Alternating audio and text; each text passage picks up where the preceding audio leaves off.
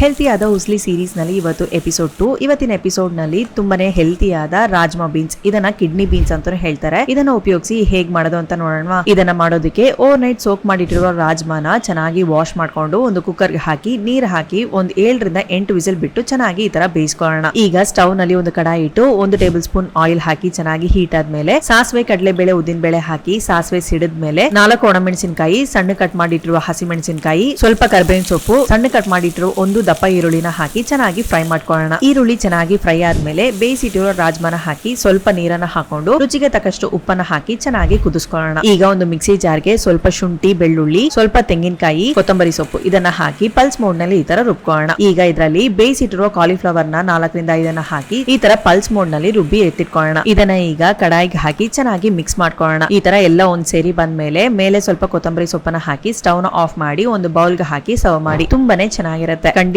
Try ಮಾಡಿ. ಹೇಗಿತ್ತು ಅಂತ ಕಮೆಂಟ್ ಬಾಕ್ಸ್ ನಲ್ಲಿ ಕಮೆಂಟ್ ಮಾಡಿ. ಸೊ ಈ ವಿಡಿಯೋ ಇಷ್ಟವಾಗಿದ್ರೆ ಲೈಕ್ ಮಾಡಿ. ಫುಡಿ ಕನ್ನಡನ ಫಾಲೋ ಮಾಡಿ.